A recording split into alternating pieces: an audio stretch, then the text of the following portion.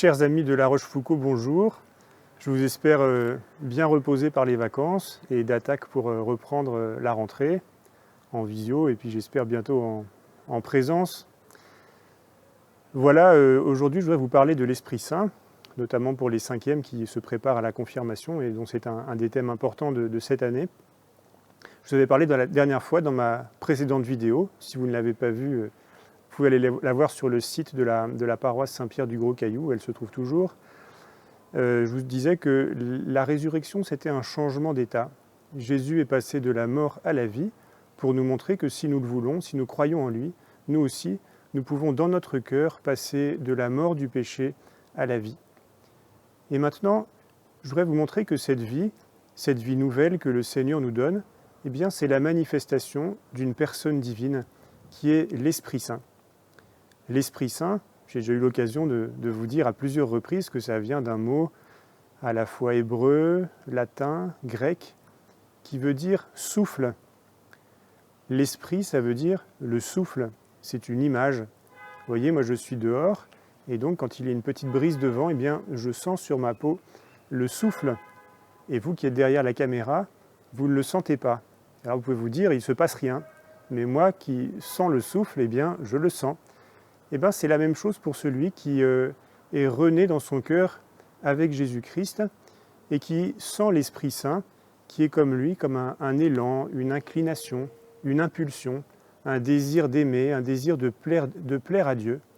Alors ceux qui sont à l'extérieur ne le voient pas, même s'ils voient peut-être des effets dans la conduite de la personne, mais la personne dans son cœur sent que l'Esprit Saint la pousse à rechercher la volonté de Dieu.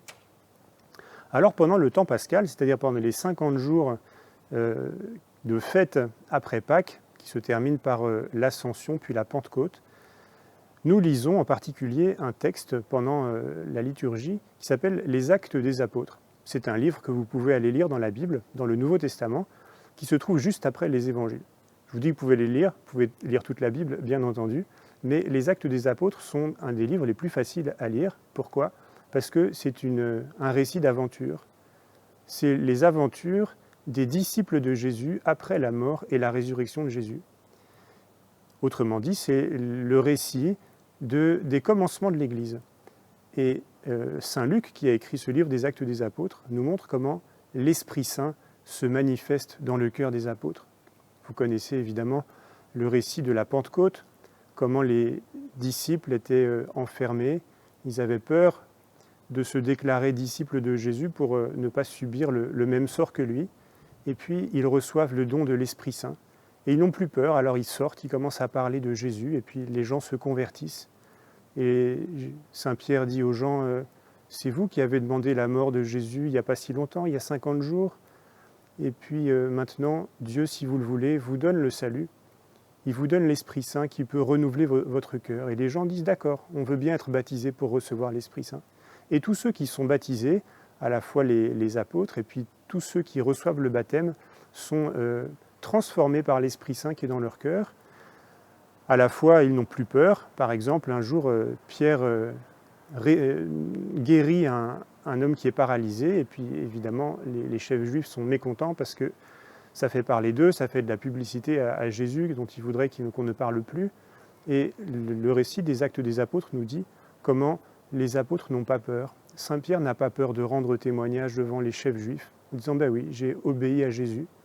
Et puis tous les disciples qui voient bien qu'un jour ils seront peut-être persécutés comme Jésus, ils n'ont pas peur, l'Esprit Saint leur donne la joie de suivre le même chemin que Jésus. Et puis l'Esprit Saint suscite des rencontres, par exemple, un jour un apôtre qui s'appelle Philippe, eh bien l'Esprit Saint lui dit « va voir ce haut fonctionnaire éthiopien qui est en voyage ». Et ce fonctionnaire, il est en train de lire le livre d'Isaïe, il n'y comprend rien. Et l'Esprit Saint dit à Philippe, explique-lui le livre d'Isaïe. Dis-lui comment ce serviteur dont parle Isaïe, c'est le Seigneur qui est mort sur la croix et qui est ressuscité. Alors l'Esprit Saint suscite la vie de l'Église. Et vous voyez, ce temps pascal, il est là pour que nous ayons le désir de l'Esprit Saint. Et nous lisons le récit des Actes des Apôtres pour avoir le désir de l'Esprit Saint. Alors c'est pour cela que le temps pascal va se terminer avant la Pentecôte, alors ce n'est pas encore tout de suite, mais autant s'y préparer, par une prière où on demande l'Esprit Saint à Dieu pour qu'il nous renouvelle, qu'il nous fasse sortir du péché, si on a besoin de sortir du péché pour entrer dans la vie des enfants de Dieu, mais aussi si nous sommes déjà dans la vie des enfants de Dieu, l'Esprit Saint qui nous rend toujours davantage facile et heureux le chemin derrière le Christ. Alors pour faire grandir en nous ce désir de l'Esprit Saint, je voudrais vous lire une prière que vous pouvez aussi reprendre après moi. C'est une prière qu'on chante en général en latin, mais on peut aussi la chanter en français. Je vais vous la lire en français, à la Pentecôte. En latin, c'est « Veni Sancte Spiritus ». Alors voici ce que ça donne en français. « Viens, Esprit Saint, en nos cœurs, et envoie du haut du ciel un rayon de ta lumière. Viens en nous, Père des pauvres, viens, dispensateur des dons, viens, lumière en nos cœurs.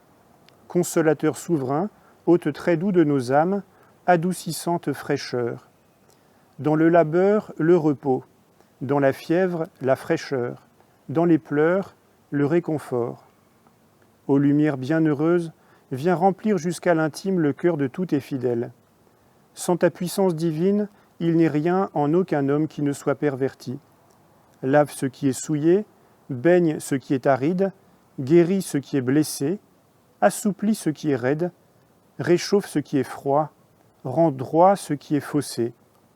À tous ceux qui ont la foi et qui en toi se confient, donne tes 7 dons sacrés, donne mérite et vertu, donne le salut final, donne la joie éternelle. Amen. Alléluia. À bientôt.